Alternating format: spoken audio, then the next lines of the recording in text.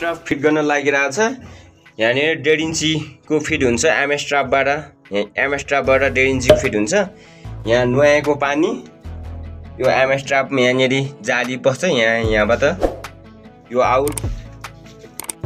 आउटलाइनको यो drain pipe हो। यो 75 mm 2.5 इन्चीको। साथीहरु यो चाहिँ 75 mm को पाइप हो 2.5 इन्चीको। यो पनि 75 mm को 90 डिग्रीको बेन हो। यो कपलर सकेट हो। यसमा फिट गर्न लागिरहेको छ। यो किन 90 डिग्रीको राख्यो भने एउटा टोयलेट यहाँनिर एउटा वास बेसिन छ, त्यही कारणले गर्दा पनि 90 डिग्रीको राखेको छ। 45 पनि राख्न सकिन्छ साथीहरु। यो चाहिँ वासर हो। वासर चाहिँ यसमा यहाँनिर वासर यहाँनिर बस्छ, यहाँनिर फिट हुन्छ।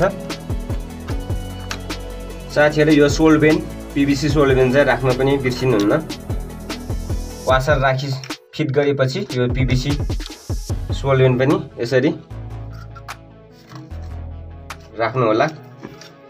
साथीहरु भिडियोलाई चाहिँ लाइक गर्न चाहिँ नबिर्सिनु होला। लाइक गर्नु होला, शेयर गर्नु होला। भिडियो कस्तो लाग्छ कमेन्ट गरिदिनु होला। अब साथीहरु यो यसरी राखेपछि लेभल पनि हेर्नु पर्ने हुन्छ। यो स्पिड लेभल यसरी लेभल पनि हेर्नु होला। लेभल हेरेर यसरी लेभल हेऱ्यो भने एकदम राम्रो पर्फेक्ट हुन्छ साथीहरु। यो वासर राख्न लागिरहेको छ। यो वासर यहाँनिर यसरी फिट हुन्छ। वासर चाहिँ अनिवार्य राख्नुपर्ने हुन्छ, नत्र भए पानी लिकेज हुन्छ। वासर पीवीसी सोल्भेन्ट, त्यसपछि यो पीवीसी सोल्भेन्ट,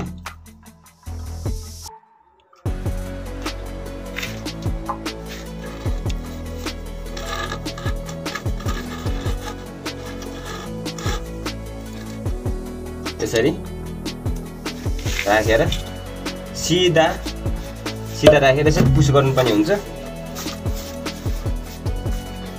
यसरी फिट गर्न सकिन्छ। यो चाहिँ यहाँनिर नुहाएको पानी, वास बेसिनको पानी, ड्रेनको पाइप हो। यो यहाँबाट पानी ड्रेन हुन्छ।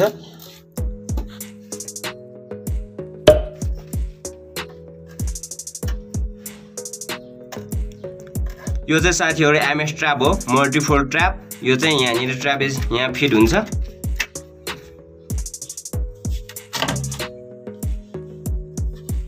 अब यसमा चाहिँ आवश्यक हेरेर राख्नुपर्ने हुन्छ। 1.5 इन्चीको पाइप फिट गर्नुपर्ने हुन्छ। हामीलाई अब यो यतापट्टिको मात्रै, यो लेफ्ट साइडको मात्रै आवश्यक पर्छ। यहाँनिर वास बेसिन यहाँनिर फिट हुन्छ पछि। त्यस कारणले यो पोइन्ट चाहिँ हामीले ब्लक गर्नुपर्ने हुन्छ। ब्लक गर्नुको लागि चाहिँ यसरी पीवीसी सिमेन्ट यसरी राख्नुपर्ने हुन्छ। यसरी यो राखेन भने पानी यहाँबाट लिकेज हुन्छ। त्यस कारणले पनि यो पीवीसी सोल्भेन्ट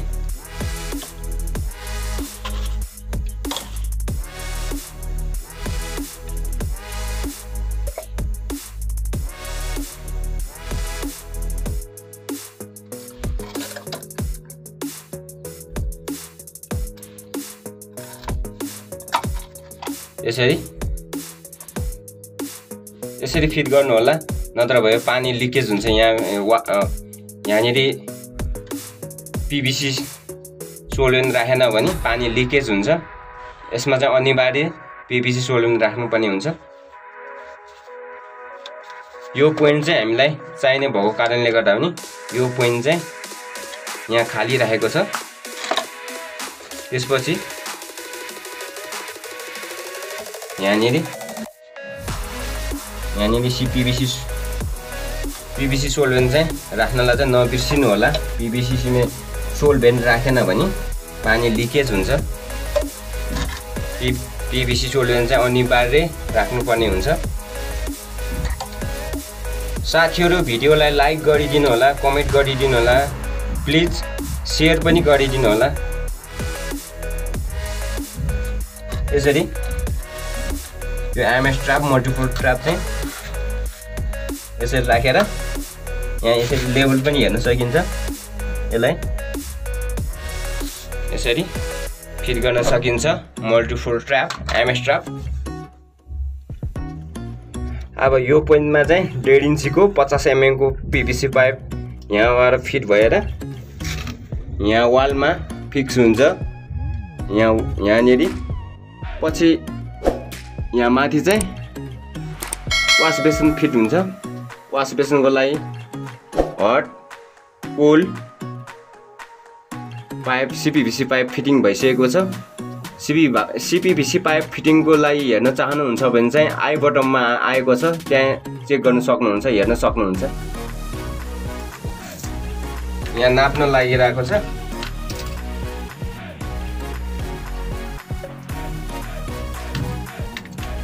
सभा 2 फिट, सभा 2 फिटको लागि यहाँ टुक्रा यहाँ मार्किङ गर्न लागिरहेको छ। यहाँ सभा 2 फिटको लागि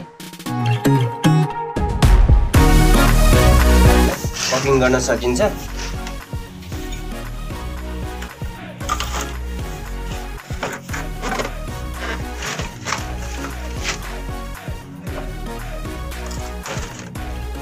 यो चाहिँ 50 mm को 1.5 इन्चीको 90 डिग्री पेन हो।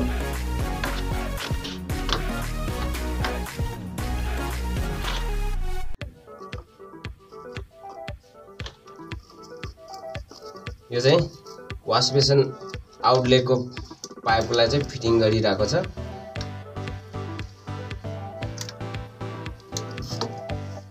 साढे 4 इन्ची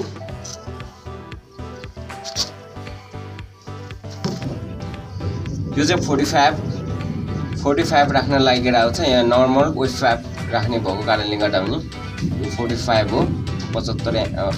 50 mm को 13 इन्ची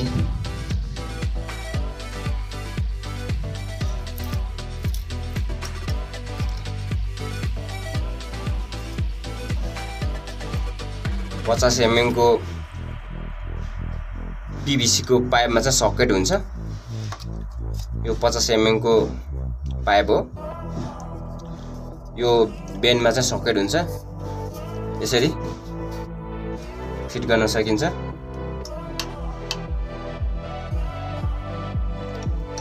यहाँ चाहिँ यस्तो सकेट हुन्छ। यो पाइप सकेटमा फिट हुन्छ। यो एल्बो फिटिङमा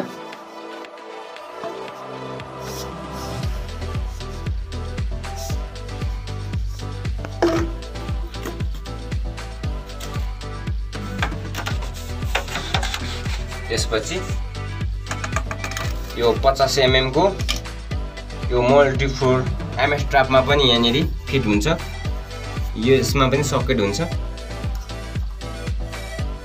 पीवीसी सोल्युसन सिमेन्ट चाहिँ राम्रोसँग राख्नुपर्ने हुन्छ, नत्र भए पानी लिकेज हुन्छ। यो सकेटमा यसरी पाइप पस्छ। यसरी फिट गर्न सकिन्छ।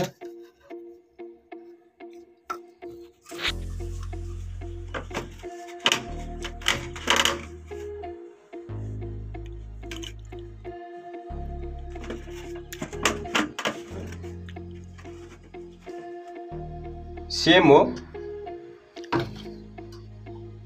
यो चाहिँ बेसनको आउटलेटको पाइप फिट गरिरहेको छ।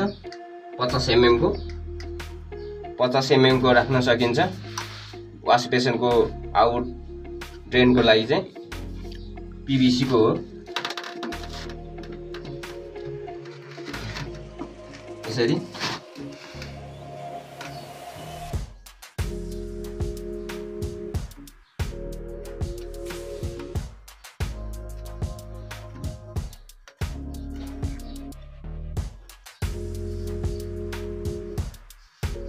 यसरी वास बेसनको आउटलेटको पाइप PVC को पाइप यसरी फिटिङ गर्न सकिन्छ।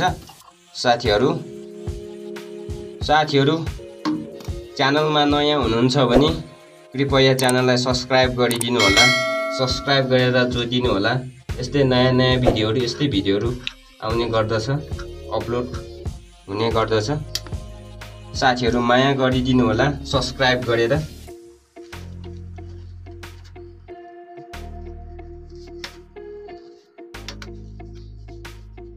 यसरी फिट गर्न सकिन्छ वास बेसनको आउटलेटको पाइप PVC पाइप चाहिँ यसरी फिट गर्न सकिन्छ साथीहरु।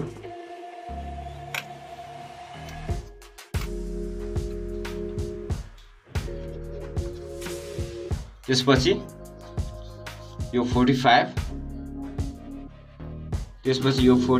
यसमा फिट गर्न लागिरहेको छ। 45 को पनि यहाँ सकेट पाइप भित्र पस्छ।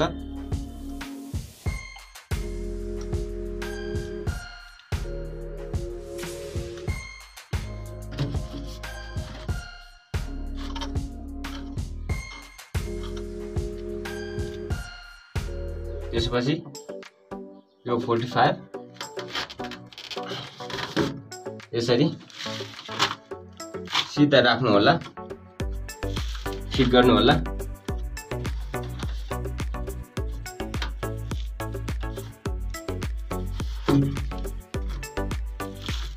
यसमा चाहिँ भोलिपर्सि वास बेसनको वेस्ट पाइप यसमा फिट हुन्छ। यो चाहिँ ढलानी किला हो। यो डन्डी वायर यो पाइप लक गर्नुको लागि चाहिँ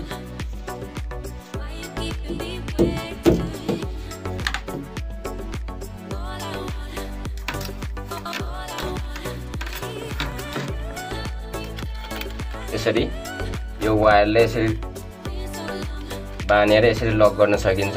यो 50 mm को PVC को पाइपलाई चाहिँ वास बेसनको आउटलेट पाइपको चाहिँ यही हो आउटलेट पाइप।